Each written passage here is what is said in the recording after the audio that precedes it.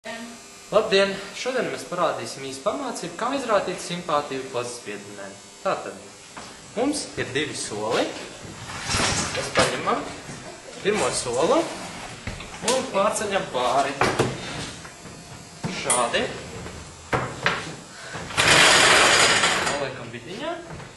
Un tas ir pirmais posms. Var arī darīt šādi, ka paņemam šādu soli. Uzliekam šādi. Uz trijām kājām, lai tā nestabilāk.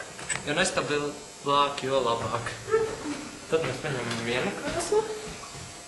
Uzliekam šādi. Paņemam otru krēslu. Nu, tā uzliekam. Apmēram. Tā tā. Nu, apmēram šādi. Un tad mēs paņemam podrienu. Galā būtu puķīt. Tā mēs uzliekam galā puķīt. Un turās, ne? Rekur.